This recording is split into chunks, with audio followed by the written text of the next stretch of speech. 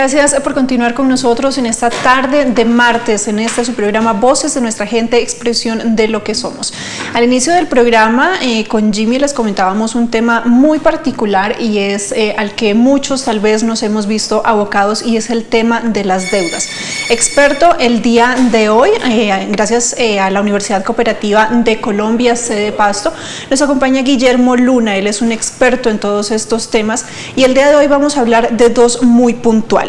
Uno se refiere al proceso monitorio y otro a la insolvencia de persona natural no comerciante. Hablar de todas estas deudas y de los procesos que podemos nosotros generar para minimizarlas y para cumplir con nuestros acreedores, pues es muy importante.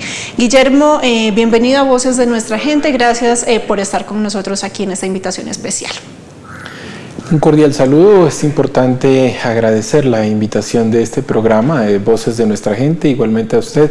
Muchas gracias por estar aquí en este programa, Claudia, y estamos prestos a poder exponer y comentar todos los pormenores de carácter legal y otros de carácter social que con un lenguaje muy aterrizado puedan comprender todas las personas de la ciudadanía y se puedan apoyar en el derecho para que de esta manera, desde el punto de vista legal, sean favorecidos sus intereses y sus inquietudes. Así es, eso es lo importante, que digámoslo de alguna manera, esta explicación sea fluida, sea con un lenguaje que la comunidad entienda, porque muchas veces ustedes como abogados tienden a utilizar esas palabras como ya muy jurídicas y la comunidad no entiende. Entonces esa es la idea en esta oportunidad, que podamos hablar, que podamos darnos a entender acerca de la comunidad. E iniciamos con uno de los temas. Proceso monitorio. ¿En qué consiste esta figura, por favor? Bien, lo primero que hay que decir para contextualizar la parte del proceso monitorio es referente a lo siguiente. Nosotros hablamos de un proceso monitorio cuando en nuestra comunidad ocurre situaciones como la siguiente. Resulta que, por ejemplo, el comerciante en el barrio, el señor de la tienda, que es lo que se acostumbra generalmente en nuestro medio, le fía al vecino, le fía a la vecina, y entonces lo único que hace para acreditar, para soportar ese crédito, es tomar nota en su cuaderno de apuntes. Entonces coloca ahí lo de la leche, lo del pan, pero de poco en poco eso se va convirtiendo en una cantidad ya un poco más significativa, representativa. Sí. Pero entonces el problema está en ¿qué? En que cuando esa persona quiere constituir una obligación, constituir un crédito, o dicho de otra manera, cobrar el dinero que ha prestado, pues entonces va a encontrar que el cuadernito de apuntes que tiene, que está lleno con lápiz, con las diferentes enmendaduras, pues no le sirve de título ejecutivo, no le reúne los requisitos, y por ende entonces quedaría desprotegido y no habría forma de hacer exigible esa obligación, quedándole únicamente dos alternativas. Una alternativa que consiste en que se dé la creación de un título de valor, adelantar un proceso directamente para la constitución de un título de valor, que es un proceso ordinario que se demora mucho tiempo. Dicho de otra manera, que necesita de un abogado, que necesita de partes, que necesita de conceptos económicos y de muchas cosas para constituirlo.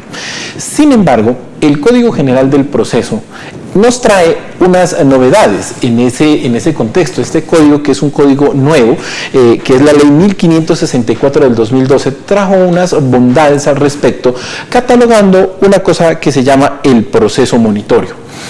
¿El proceso monitorio qué es? Primero, hay que decir que es un derecho que le asiste a la comunidad, donde uno puede acudir donde el juez para que el juez le declare ese derecho y ese reconocimiento.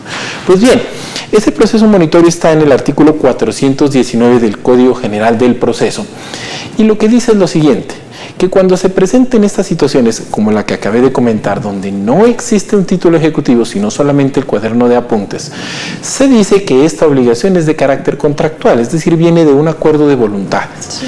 Y por lo tanto, como viene de ese acuerdo de voluntades, entonces va a proceder el proceso monitorio. Es decir, que solamente vamos a necesitar, para adelantar el proceso monitorio, el juramento del señor, del tendero, coloquémosle un nombre, Pedro Pérez. Pedro Pérez, que es el tendero, únicamente lo que él hace es una solicitud a la justicia. Sí. Ni siquiera Claudia necesita abogado. Él directamente lo puede hacer. Es más, el Código General dice que él puede solicitar el formato de solicitud o de demanda, en este caso, a el Consejo Superior de la Judicatura, que queda aquí en la ciudad de Pasto. Entonces, don Pedro, ¿qué tiene que hacer? Va directamente al Palacio de Justicia. ¿Dónde queda el Palacio de Justicia?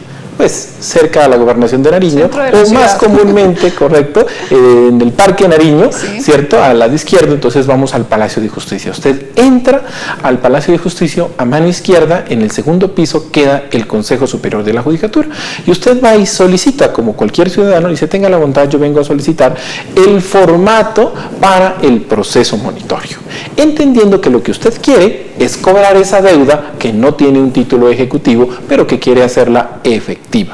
Muy bien, llena ese formato, y una vez usted llene ese formato que le han presentado, entonces le va a permitir hacer efectiva su obligación sin ningún otro requerimiento. Usted menciona, por ejemplo, el caso que nos coloca del tendero que anota la leche, el pan, los huevos, todo en el cuadernito. Digámoslo de alguna manera, ese es el soporte que podría atender. Pero cuando son acuerdos de palabra, cuando yo le presto plata a un familiar, cuando le presto plata a un amigo, cuando son esos acuerdos verbales, ¿también cabe esta figura? Sí, es correcto. También cabe esa figura, Claudia, en el sentido de que cuando se hace de palabra se dice que es un acuerdo de carácter consensual, es decir, donde prima la voluntad de las partes, y por lo tanto también es válido y también se puede hacer efectivo. Pero en este caso lo que se va a necesitar directamente es que la persona preste juramento. Es decir, que don Pedro Pérez diga que jura que realmente existe esa obligación, que es clara, que es expresa, que es exigible para él dentro del acuerdo de voluntades. ¿Cómo se hace este juramento? O lo hace dentro de la solicitud, en el formato, ahí viene la cápita del juramento, o lo hace en su escrito personal y ahí incorpora el juramento, o lo ratifica ante el juez directamente y dice: sí, yo juro, me consta que esa obligación es clara, es expresa y es exigible, y que fue así. Y no necesita de ningún otro documento soporte para iniciar el proceso. Vale mucho la palabra, lo que antes se tenía en cuenta. ¿Hay montos, doctor Guillermo, para hacer válido este proceso? Porque pues muchas personas cobrarán en montos muy pequeños, otros pues ya llegan a montos muy altos por el tema también de intereses a los que se puede llegar a través del acuerdo. ¿Hay esos límites en cuanto a los dineros para esta figura? Sí, es correcto. Tenemos nosotros que el Código General dice que solamente son aquellos acuerdos de voluntades, contratos o negocios de los que acabamos de hablar que sean iguales a la mínima cuantía. Es decir, estamos hablando de entre 25 y 20 millones de pesos, que son los que se podrían cobrar en este caso por la mínima cuantía. Correcto, que pues para una obligación pequeña podría sumar esta cantidad de dinero, ¿no? Claro, esto viene expresado en salarios mínimos legales mensuales y habría que hacer el cálculo correspondiente que nos permita llegar al tope de la mínima cuantía que exige el código y que, como lo he dicho, se calcula en salarios mínimos legales mensuales. Ese tema, por ejemplo, de la cuantía, la verdad no pensé que llegara a ese monto tan alto, digámoslo de alguna manera. 25 millones pues ya significa para ciertas personas un patrimonio. ¿Puede llegar a perderse eso o pueden generarse procesos de embargo o algunas acciones si no se logra esa conciliación? ¿Sí cabe ese proceso? Sí, es correcto, Claudia. Mire que la parte inicial solamente era la demanda, la que expliqué. Sí. Lo que quiero darle a entender a la comunidad es que no necesita abogado, que no tiene ningún formalismo, que es muy fácil realizarla. Y ya el trámite es supremamente fácil. ¿Por qué? Mire que usted que en un proceso tiene que esperar el traslado, la notificación y todos los argumentos jurídicos en donde los abogados somos especialistas, pero en el monitorio no. Una vez usted presentó su solicitud o su demanda, inmediatamente el juez libra mandamiento de pago. ¿Qué es eso? El mandamiento de pago simplemente es la orden para que su deudor se sirva a pagar a su orden, a usted reconocerle ese dinero, sin ninguna otra cosa. Inmediatamente sale ese mandamiento de pago. Mire lo novedoso del proceso, sin ningún otro llamamiento, sin ninguna otra situación. Y entonces el deudor requerido tiene dos opciones, dos posibilidades. La primera, pagar. Entonces este paga y ahí se acaba el proceso monitorio. ¿Cuánto ha transcurrido? Máximo tiempo que ha transcurrido entre 1 o 2 meses, dependiendo de la congestión del juzgado donde usted radique el proceso. Dependiendo, debería durar eso, porque solamente es un requerimiento inmediato. Si por el contrario el deudor, ¿cierto?, dice, mire, yo a ese señor no lo conozco, nunca le he prestado, ¿cierto? Es una negación total. O también el deudor puede decir algo como que le debía, pero no todo eso. Entonces hay una oposición parcial. En ese caso de la oposición parcial se sigue otro camino. El camino de la oposición general, total o parcial es el siguiente. Primero, si hay una oposición total, entonces se dice que el juez que conoce el proceso monitorio dicta una sentencia, un auto, y ese auto pasa para un proceso verbal sumario. Y el proceso verbal sumario consiste en que se van a constituir pruebas que permitan acreditar que realmente el señor es deudor de Pedro, ¿cierto? El señor, otra vez coloquémosle el nombre, Juan Rodríguez, es deudor de Pedro, ¿cierto? Pero ¿qué se necesita ahí? En el verbal sumario se necesita testigos, se necesita ya otra cantidad de pruebas que permitan acreditar y constituir el título valor. Pero mire, Claudia, lo importante de este proceso no solamente es negarse por negarse, porque si en el otro proceso, que es a continuación del monitorio, el señor deudor salió responsable y realmente debe ese dinero, entonces ¿qué sucede? No solamente le toca pagar, no solamente es declarado deudor y le toca pagar el capital, más los intereses corrientes, más los intereses monetarios, sino que este librito, que es el Código General del Proceso, también le dice que él será acreedor a una multa por haber mentido, que es una sanción equivalente al 10% de la cuantía que se esté discutiendo. Entonces él será sancionado. Entonces mire que el código prevé que no es tan fácil negar una obligación, porque puede salir sancionado. Y además de eso se le podrán aplicar todas las medidas cautelares que trae el proceso verbal, como el embargo de salarios, el embargo y secuestro de muebles y enseres que tenga en su hogar. Entonces realmente es muy complicado. O sea, las consecuencias que tiene para la persona, para el deudor que miente, que no da con la verdad, es complicado, porque no solamente es pago de capital, intereses corrientes, moratorios, sino sanción y además enfrentarse a la multa que le están presentando en este caso. Entonces eso es lo que sucede en el caso de que el que niega totalmente la obligación. Así es, qué interesante conocer estos temas. La gente creo que ya tiene una luz, digámoslo de alguna manera, frente a esas deudas que tiene o las deudas, las personas que les deben a ellos. Entonces, muy importante de manera muy general y como lo habíamos mencionado, como con ese lenguaje muy propio para que la comunidad entienda. Este tema, pues, base importante, la comunidad, lo que usted nos explicaba, que no se necesita de un proceso muy largo, entonces, a través de un abogado, o quién le puede explicar como de manera más profunda a las personas sobre el tema. Sí, muy bien. Para que usted tenga un mejor manejo, aunque ya les digo que es muy sencillo, lo pueden hacer ustedes directamente, pero pueden acudir ustedes a los centros de conciliación de aquí de la ciudad o los consultorios jurídicos de las universidades. En este caso, el consultorio jurídico de la Universidad Cooperativa de Colombia, del cual hacemos parte, donde hay profesionales idóneos, estudiantes, pero que ya están cursando sus últimos semestres de Derecho y que se encuentran capacitados para asesorarlo. Lo importante es que usted no pierda su capital y que entienda que tiene un respaldo en la ley que le permite hacer exigible su obligación.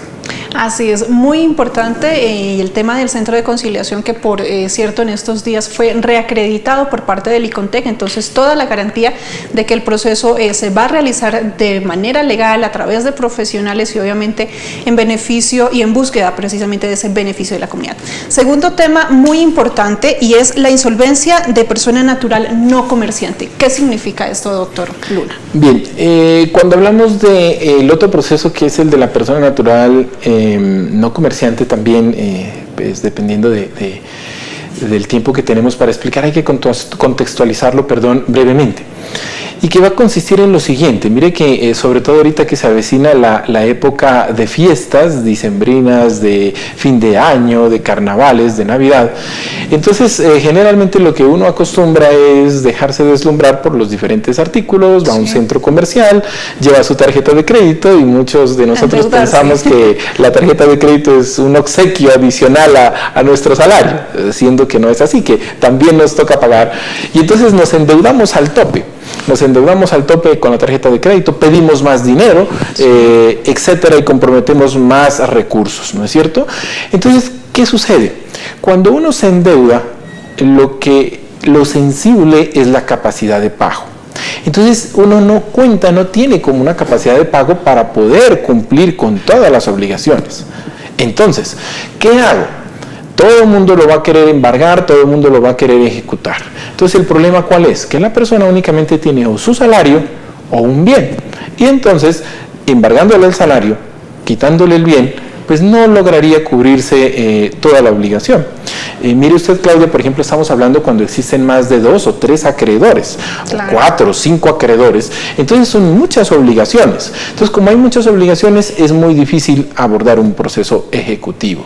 Entonces, esto es un salvavidas que la justicia le da al deudor. Miren que antes hablamos del acreedor en el otro proceso, aquí es un salvavidas para el deudor. Entonces, señor deudor, no se angustie, no haga lo que todos hacen, que es que para tapar un hueco, usted abre otro y otro hueco. Entonces, no haga eso, sino que usted mire, asesórese, vaya a los centros de conciliación, a los consultorios jurídicos, en especial de la Universidad Cooperativa, y entonces usted pregunte por este proceso de insolvencia y le van a decir lo siguiente. Primero, que debe cumplir unos requisitos. Un primer requisito que consiste en que usted tenga más de 2 deudas, de 2 acreencias, y que esas acreencias superen el patrimonio que usted tiene, es decir, el ingreso por su salario, su casa, su carro, superen esos bienes. Y que uno de ellos esté en mora de más de 30 días, de un mes, 2 meses de retraso, que usted se haya colgado en la cuota y no pueda pagar ya 2 meses. Ese es un requisito. O también que uno de las 5 deudas, 6 deudas que usted tenga ya esté en un proceso ejecutivo, ya esté organizando. Ese es un requisito. Entonces, ¿qué hace usted? Cuando tiene estos problemas y ya está en crisis, entonces usted lo que hace es asistir a consultorios jurídicos para que allí le hagan un plan de pagos, o usted mismo puede elevar el plan de pagos, aunque aquí hago una claridad, los que están habilitados en este momento para este proceso de insolvencia, en especial son las notarías, la Cámara de Comercio, la notaría tercera, si no estoy mal, está adelantando aquí esos procesos de insolvencia de persona natural no comerciante. Pero brevemente, ¿en qué consiste? Usted lleva un plan de pagos, entonces dice, mire, con mi salario, con mis ingresos que tengo, yo solamente puedo cubrir para mis 5 acreedores, solo les puedo cubrir el capital. Claro. Señores, entiendan, no puedo pagarles más intereses porque no tengo. Entonces yo hasta el momento liquídenme, ¿cierto?, mi capital, los intereses hasta el momento, y sobre eso vamos a negociar. Vamos a hacer el acuerdo. Muy bien. Y una vez ya hecho eso, entonces él dice, como tengo 5 acreedores, la uno es deuda de tanto, entonces él proporcionalmente a la deuda propone un plan de pago. Entonces, si es una persona que gana 1.500.000 pesos, él dice, bueno, yo voy a cancelar de a 300.000 pesos a cada deudor, ¿cierto?, para el 1.500.000, o 200.000 para que me quede un excedente para mí, para sobrevivir, para su manutención básica, pero lo hace de manera voluntaria. Él dispone de ese dinero de manera voluntaria y proyecta unas fechas, a 3, a 4 años, a cuando se complete la obligación. Entonces, usted tiene la posibilidad de organizar sus ingresos, congelar intereses, que es lo más perjudicial, y poder ir pagando a los acreedores. Pero mire, Claudia, ¿qué sucede? Cuando esa propuesta llega a los acreedores dicen, no, pues mire, yo no lo voy a embargar, le voy a quitar las cosas, no me interesa. No lo aceptan. Entonces, como no lo aceptan, ese acuerdo que ha sido tramitado, ya les digo, en el centro de conciliación o en la notaría en este caso, como no es aceptado, se acaba la parte administrativa o la fase administrativa de este proceso de liquidación y hay que ir al juez. Y entonces el juez llama a todos los acreedores, en un concurso los llama, los 5 acreedores, vengan señores acreedores, ustedes no quieren recibir, les vuelve a motivar, a decirles, mire, por favor, es mejor que reciban a no recibir nada, ¿no? Y ahí hago caer en cuenta esto para los acreedores. ¿Qué les hago caer en cuenta? Que muchas veces usted con embargarlo no saca nada, porque cuando lo va a embargar ya tiene otro embargo, ya no tiene la casa, ya no tiene el carro, el salario ya está completo, entonces no tiene ninguna garantía a qué caerle, ¿no es cierto? Entonces, como no tiene a qué buscar para obligarse, lo único que cuenta es con la voluntad de la persona. Y más aún, usted, si a esa persona le quita el salario, su casa o su lugar de trabajo, pues ¿cómo va a hacer para trabajar y para proveerle el dinero? Entonces yo le digo, menos señor, opciones. Correcto, menos opciones. Señor deudor, dele una oportunidad a su acreedor, dele una oportunidad, en este caso el deudor al acreedor, para que pueda conseguir el dinero y pagarle. Entonces es una buena opción. Pero si el juez del conocimiento mira que no existe voluntad, ojo, atentos, ¿qué sucede? Coge el salario, coge la casa que tiene el señor, coge el vehículo y lo remata, hace una sola bolsa, lo remata y el valor que dé, el importe que dé, ese remate lo va a distribuir entre los acreedores. Entonces, la casa, póngale usted unos 50 millones de pesos, el carro, unos 10 millones de pesos, un carro de segunda mano, muy bien, más lo del salario.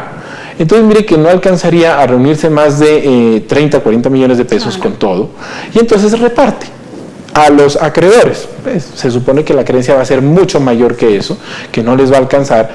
¿Qué pasa con el saldo? Entonces, de los 5 acreedores, total de la deuda, en el ejemplo que estamos trabajando, 100 millones de pesos.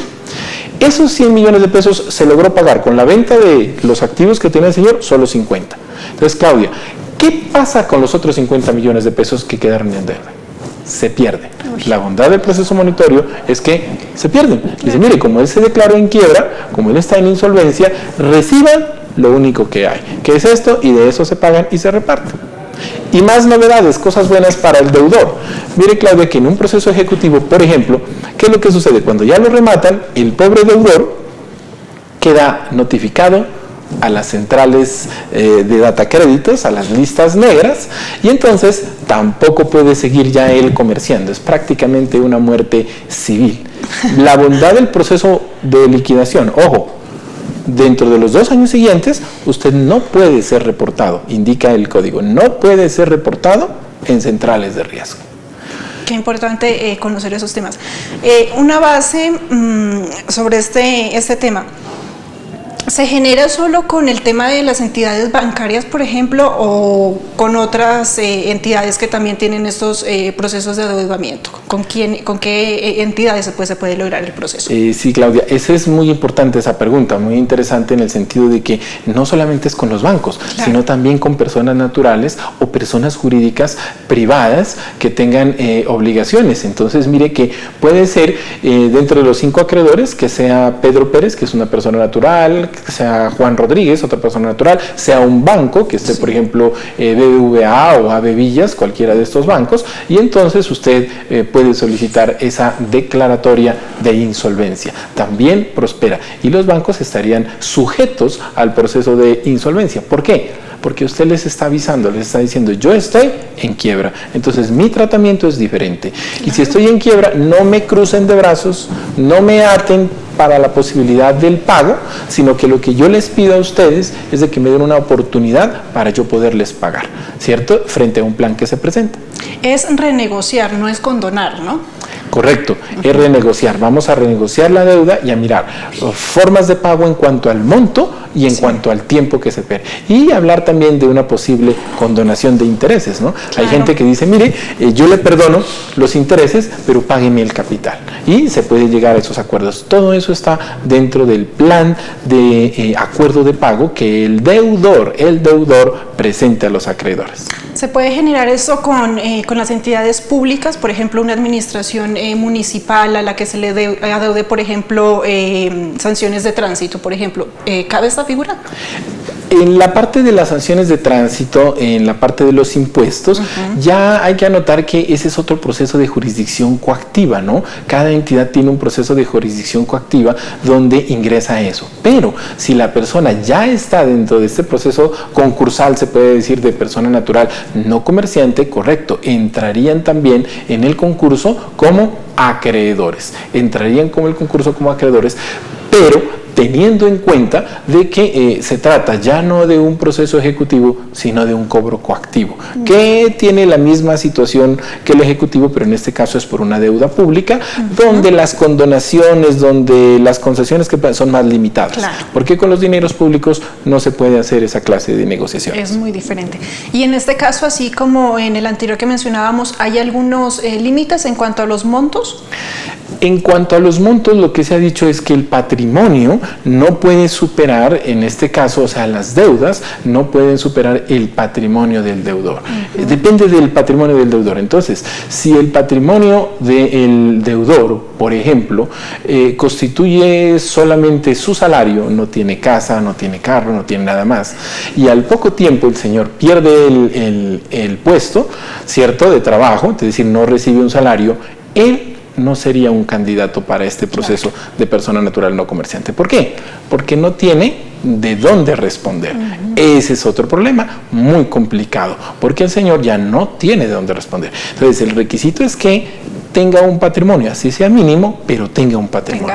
Entonces, tiene el salario, o tiene la casa y él la puede arrendar, o tiene un negocio, un restaurante, y entonces de ahí se puede lucrar. Entonces, ¿qué es lo que dice la ley? Es preferible que ese restaurante lo mejoren, lo dejen que trabaje para que produzca y nos pague, a que se lo quiten y quede cruzado de brazos. Quede cruzado de brazos, quede la deuda ahí. Doctor Luna, agradecerle mucho por este espacio, por este tiempo aquí en Voces de Nuestra Gente. Pues en preguntas de la comunidad habrán muchísimos casos personales, casos puntuales. Invitación obviamente a asistir al Centro de Conciliación de la Universidad Cooperativa, que queda precisamente aquí en el centro de la ciudad, muy cerca de la Plaza de Nariño, para que la gente conozca cuál es el proceso. Hagamos esa invitación y obviamente los requerimientos que se deben tener en cuenta en estos temas de las deudas. Sí, nuevamente agradecer a Voces de Nuestra Gente, a usted, Claudia, muy amable por cedernos este espacio, e invitar a la comunidad a que por favor asista a la sede de consultorios jurídicos de la Universidad Cooperativa de Colombia. Como lo decía Claudia, otra vez recertificada de los mejores centros de conciliación y consultorios jurídicos que tenemos en el departamento y quizá en Colombia, para que usted tenga una muy buena asesoría, para que pueda participar y sobre todo para que su angustia, su sentimiento no se quede en usted, sino que vea que la ley lo protege, que le da una facultad y que le da una opción. Acuda, pregunte y solvente sus necesidades. Así es, importante basarse en esta nueva normativa, ver que se está apoyando tanto a las personas que deben como a las personas a las que se le debe. Entonces, muy importante que ese patrimonio, que ese dinero de alguna manera no se va a perder. Muchísimas gracias por haber estado esta tarde aquí en nuestra sala en Voces de Nuestra Gente. Muy amable a usted. Así es. Nos vamos a un pequeño corte de comerciales y volvemos aquí en Voces de Nuestra Gente, expresión de lo que somos.